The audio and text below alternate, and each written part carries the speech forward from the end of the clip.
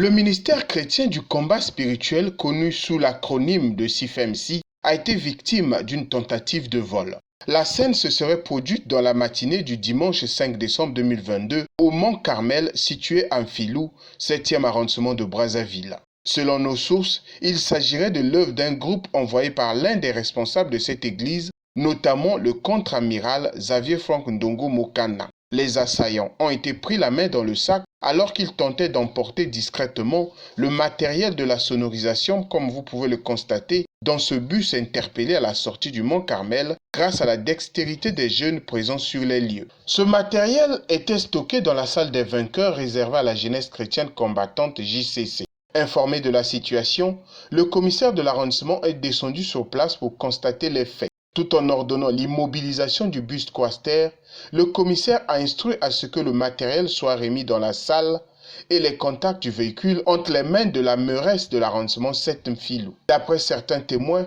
d'autres matériels tels que le congélateur et une moquette ont été déplacés par les voleurs bien avant dans le but de revenir les récupérer dans la nuit.